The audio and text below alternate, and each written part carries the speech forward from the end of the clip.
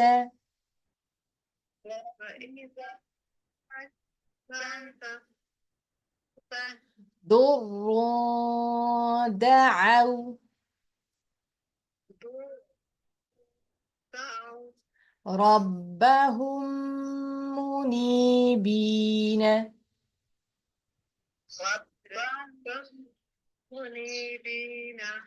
إليه ثم إذا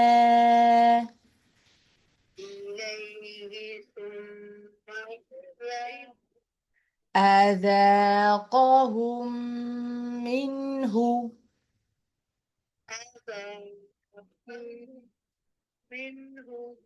رحمة إذا فريق منهم بربهم